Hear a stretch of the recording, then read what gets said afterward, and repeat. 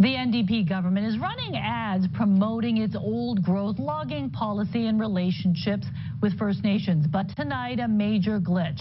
As many Indigenous leaders say, the plan is flawed. As CTV's Binder Sudgeon reports, the NDP is accused of not following its own law meant to respect First Nations rights.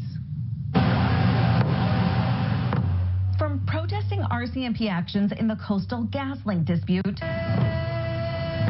to a news conference slamming the province's plans for old-growth forests. You know, our Mother Earth right now is crying. I mean, she's asking for us to do something. The message, Indigenous rights and voices matter. In BC, it's also law. Asking for consent to defer, but not asking for consent to log, is a total about-face. When announcing plans to defer harvesting of 2.6 million hectares of old-growth forests, the province gave First Nations 30 days to sign off. The deadline is today as some deal with disastrous flooding they say has been made worse by forestry.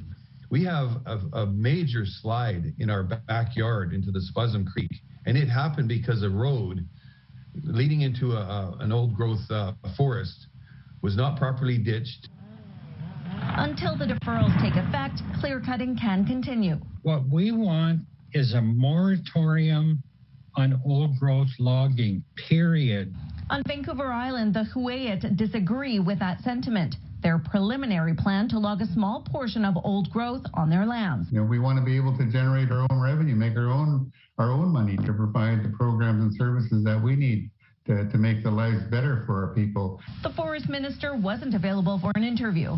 A government ad campaign touts the province's progress on old growth. To build meaningful partnerships with Indigenous peoples. And they're putting out television ads that are absolutely disgusting.